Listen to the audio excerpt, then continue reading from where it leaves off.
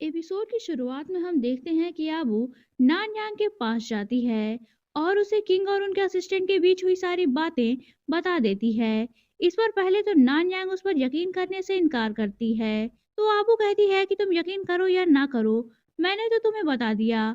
इस पर नानयांग उसकी बातों पर बिलीव कर लेती है, क्योंकि उसे पहले से पता था कि उसके फादर उसे पसंद नहीं करते।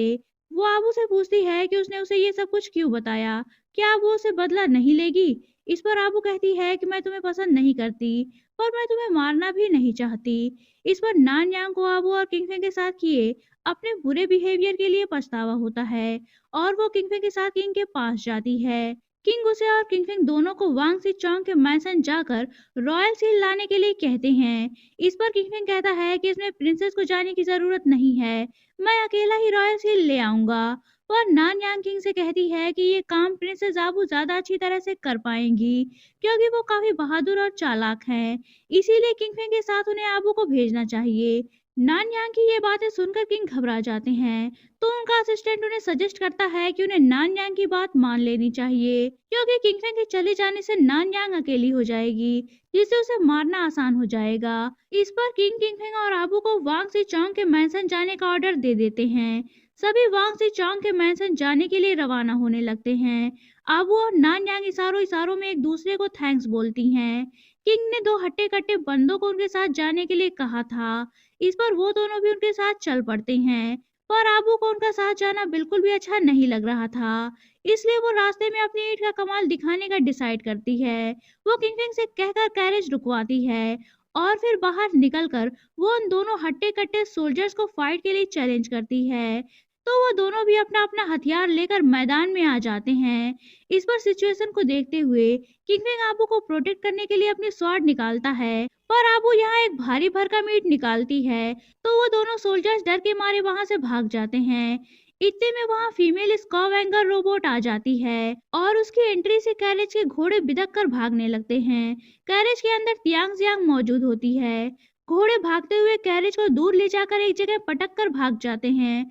आबू और किंगफिंग तियांग जियांग को सेव करने के लिए कैरेज के पीछे जाते हैं, पर किंगफिंग का सामना स्कॉवेंगर रोबोट से हो जाता है और वो उसे फाइट करने लगता है। आबू कैरेज के अंदर जाकर देखती है तो वहां तियांग जियांग नहीं होती। वो उसे ढूंढने लगती है। तभी वहां कैप्टन डुओ भी ली सूजी के कुछ सोल्जर्स के साथ पहुंच जाते हैं। वो आबू से पूछते हैं कि वो वहां किसे ढूंढ रही है। इस पर आबू कैप्टन डुओ को सारी बातें काफी क्रिएटिव तरीके से बताती है। सारी बातें बताकर वो किंगफिंग को ढूंढने निकल पड़ती है। तभी कैप्टन डुओ की नजर झाड़ियों में बेहोश पड़ी तियान सियान पर पड़ती है और वो उसे वहां से निकालकर होश में लाने की कोशिश करने लगते हैं। इधर किंगफिंग और स्कॉवेंगर रोबोट में फाइट चल रही होती है। स्कॉवेंगर रोबोट किंगफिंग पर भारी पड़ रही होती है। तभी आबू भी वहां पहुंचकर उसे फाइट करने लगती है। आबू एक के बाद एक छोटी बड़ी हर तरह की ईंटों का यूज करके उसे मारने में लग जाती है, पर स्कॉवेंगर रोबोट को इस सबसे कोई फर्क नहीं पड़ रहा होता। वो आबू को बस मारने ही वाली होती है। तभी किंगफिंग अपनी इंटरनल एनर्जी का यूज करते हुए उसके सामने आ जाता है और एक प्रोटेक्टिव ऑरा रिफ्लेक्ट करता है, जिससे स्कॉवेंगर का पूरा सिस्टम हैंग करने लगता है और वो नट बोल्ट के एक गोले में कन्वर्ट हो जाती है। इसके बाद आबू और किंगफिंग कैप्टन डुओ के पास पहुंचते हैं, तो देखते हैं कि तियान जियान को होश आ चुका होता है, पर उसकी याददाश्त जाने के साथ ही साथ उसके माइंड के कई स्क्रू भी ढीले हो चुके होते हैं। इस पर किंगफिंग सजेस्ट करता है कि क्यों ना हम ली सूजी के मैंसन वापस चलें और वहां तियान जियान का इलाज करवाएं। पर इतना कहते ही उसे भी स्ट्रोक आता है, क्योंकि उसने अपनी आई ऑफ यूनिवर्स वाली एनर्जी का यूज किया था। आबू उसे संभालती है। थोड़ी देर बाद किंगफिंग की हालत थोड़ा ठीक होती है, तो आबू उसे इंटरनल एनर्जी का यूज करने पर डांटती है, पर किंगफिंग उसे मना लेता है। इसके बाद आबू किंगफिंग को एक भुनी हुई फिश खिलाती है, जिसे खाकर किंगफिंग बेहोश हो जाता है। इसके बाद वो उसे एक पेड़ से बांधकर तियान जियान और कुछ सोल्जर्स को उसके पास छोड़कर कैप्टन डुओ के साथ वांग सी चांग के मैंसन पहुंच जाती है। वहां पहुंचकर वो देखती है कि वांग सी चांग ने बहुत से मार्शल आर्ट्स के एक्सपर्ट को दावत पर बुलाया हुआ है। इस पर आबू अपने आप को ली सूची बताकर उस दावत में एंटर कर जाती है।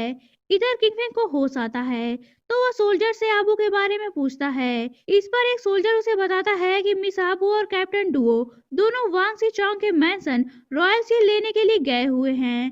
इस पर किंगपिंग भी तुरंत वहां उनके पीछे जाने के लिए निकल पड़ता है।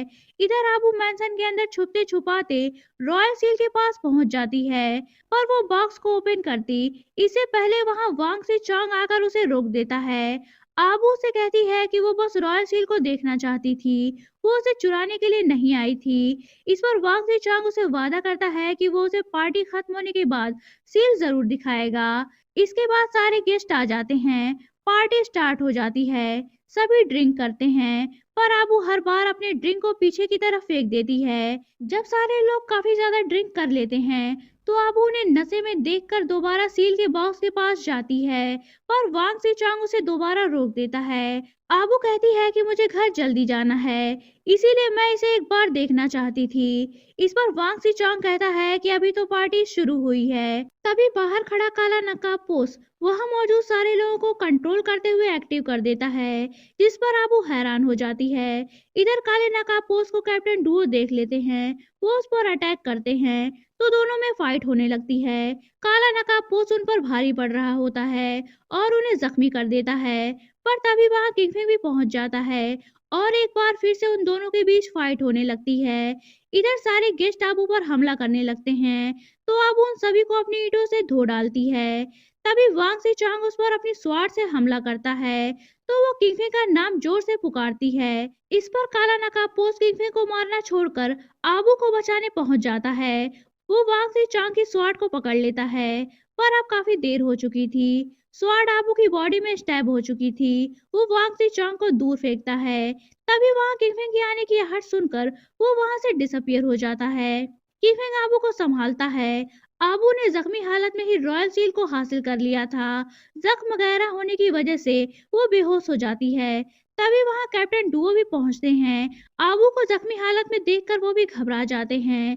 इसी के साथ ये पार्ट एंड होता है। तो दोस्तों, अगर आप जानना चाहते हैं कि कहानी में आगे क्या हुआ तो बने रहिए मेरे साथ। और अगर आपने अभी तक चैनल को सब्सक्राइब नहीं किया है तो चैनल को सब्सक्राइब करके बेल आइकन पर क्लिक कर लीजिए, ताकि आपको हमारे आने वाली वीडियोस की इंस्टेंट नोटिफिकेशंस मिलती रहे। तो मिलते हैं नेक्स्ट वीडियो में, तब तक के लिए take care and good bye.